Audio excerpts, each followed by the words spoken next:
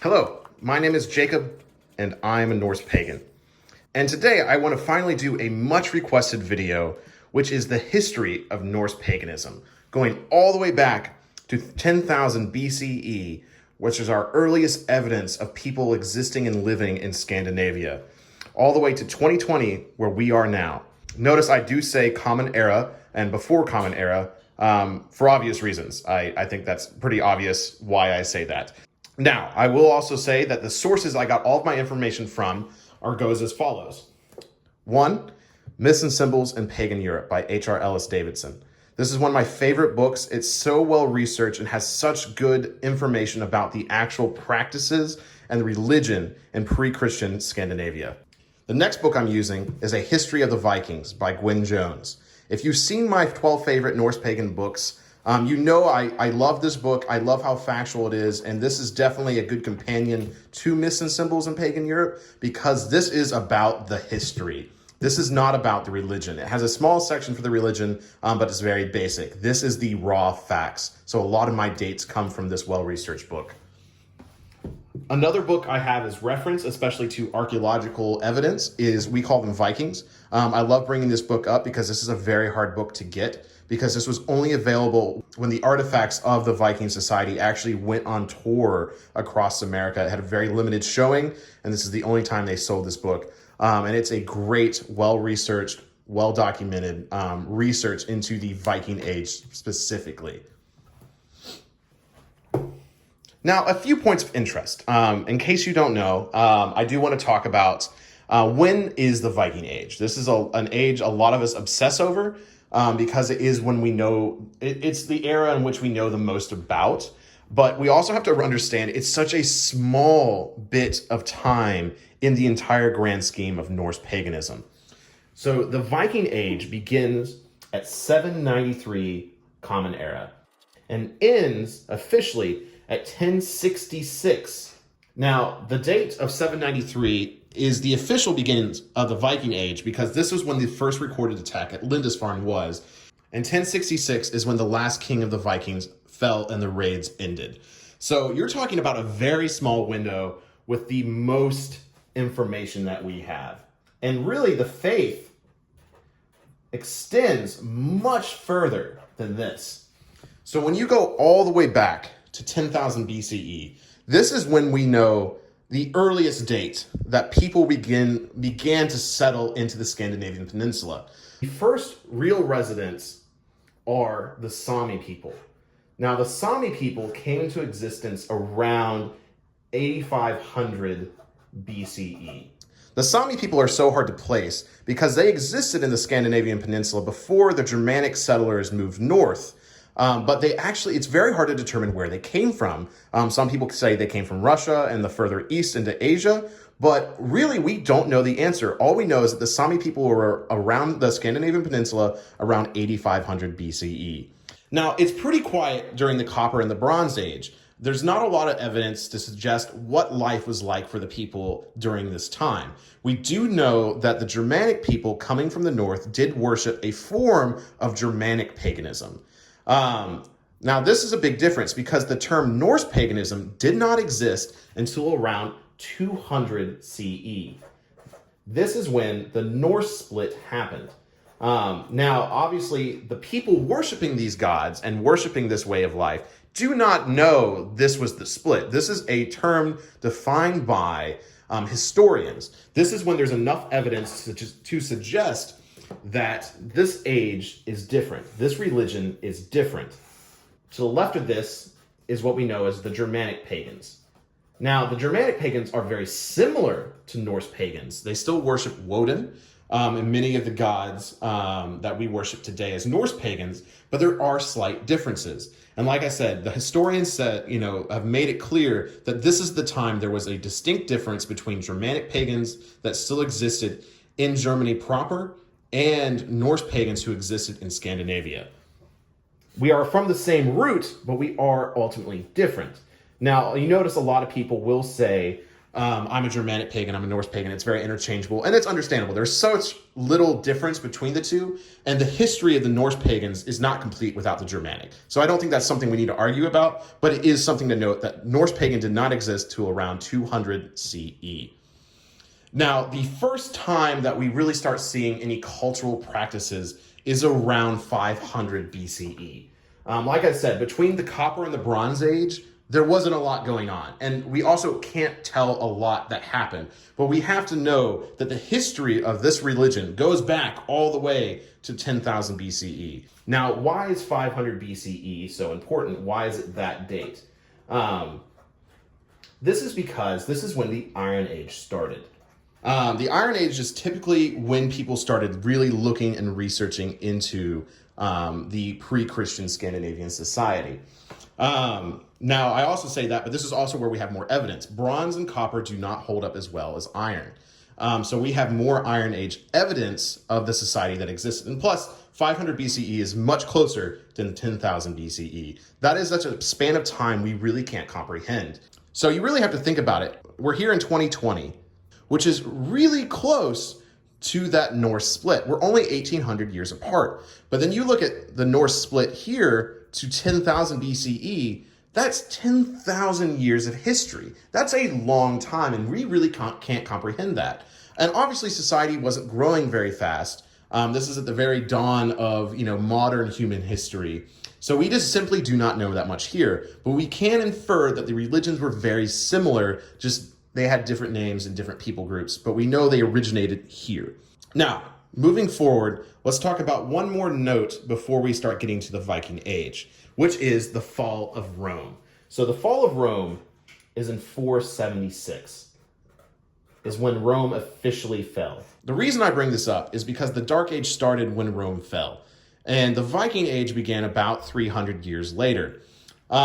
This is a very important time because this is when we know a lot about the faith. The faith we know of today was probably at its highest point between the fall of Rome and the Viking Age. While the Viking Age is very celebrated, we have to remember that a lot of nations began to convert to Christianity at the start of the Viking Age because this is when Christianity began to come into the continent. Denmark actually converts around 900 CE is when Denmark formally converts to Christianity. So that's not a lot of time between the beginning of the Viking Age to the conversion of Denmark. It doesn't take much time then for the other countries of the Scandinavian Peninsula to begin to convert as well. We actually see Iceland convert at around 1000 CE, and we see Norway also convert around that same time. Sweden is actually the last country to convert, even after it formally converts around the beginning of the late time of the 11th century, which is around 1066. So this is when we see Sweden formally convert as well, thus ending the Viking Age officially. So the Viking Age, while the most celebrated, is also when the fall of Norse paganism began. So I think it's very important for us to look at the time before the Viking Age when we look at the religion itself. We see a lot of writings by Tacitus around the times of Rome.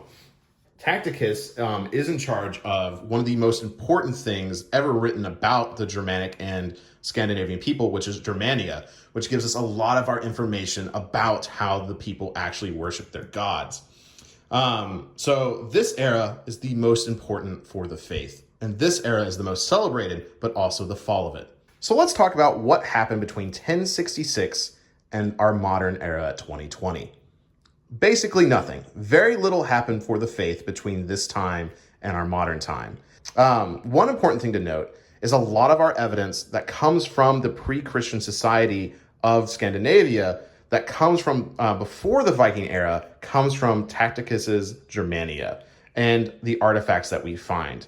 Now, you might be thinking, where is the Poetic Edda in all of this, or the Prose Edda? Well, the Codex Regius, which is where the Poetic Edda came from, didn't come into existence until 1270. It was written in Iceland by a various group of authors, and this is also around the same time that Snorri Sturluson also wrote his Prose Edda. Now, the problem that we run into with this faith is this is a huge chunk of time to not have a religion. And so we have almost an over 200-year period where very few people worship these gods officially. And that's a lot of time to lose stories, to lose information, to lose faith. And also this was all written by Christians. So this is where we run into a lot of problems identifying ourselves with the old ways, is because this book was written so long after the fall of the Viking Age.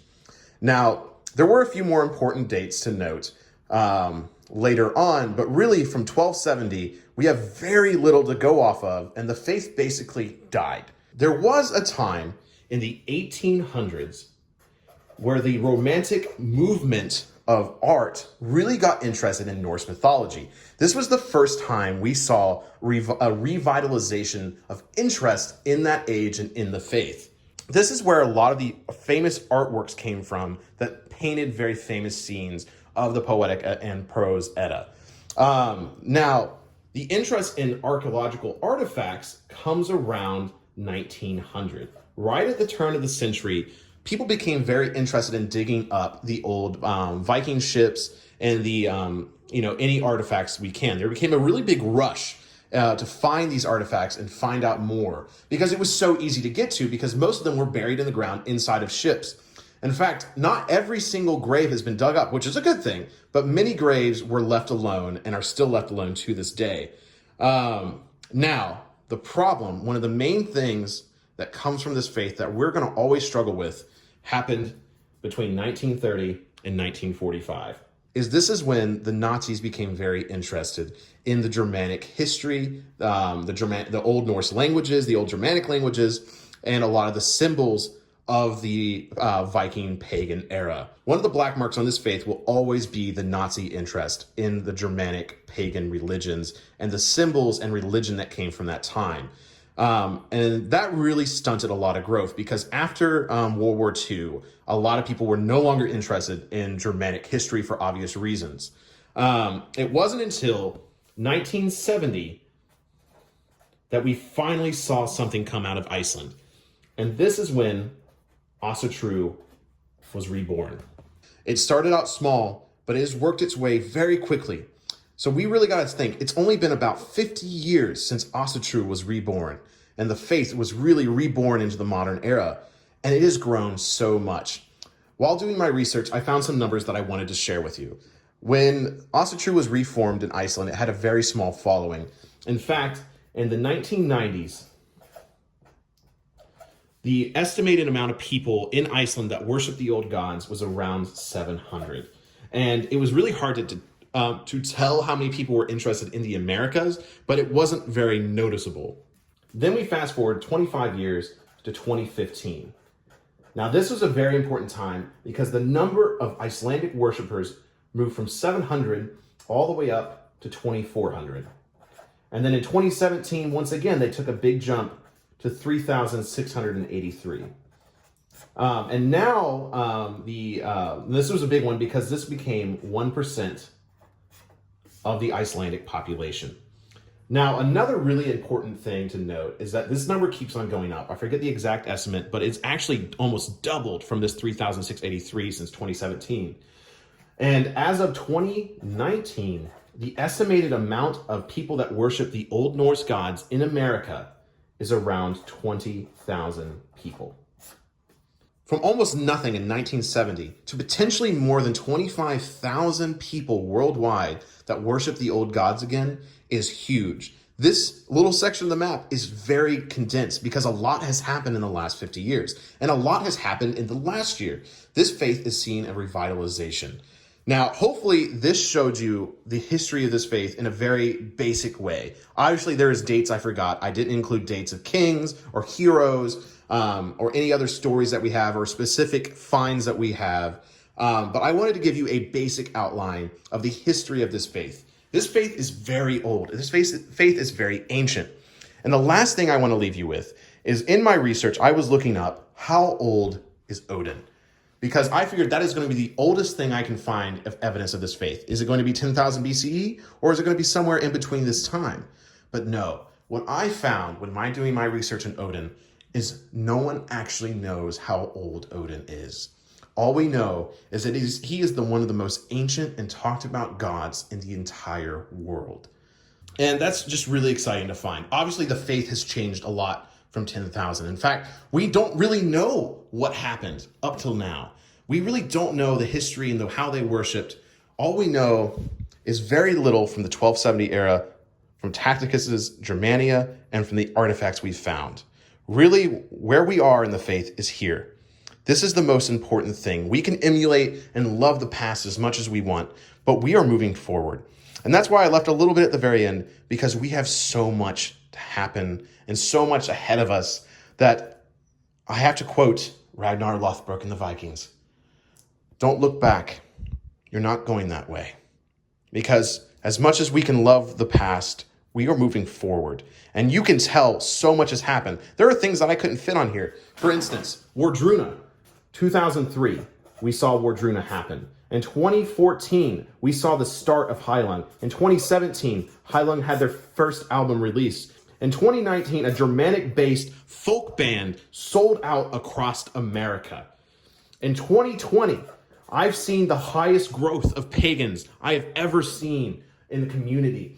And maybe 2021, we see the breaking of a hall.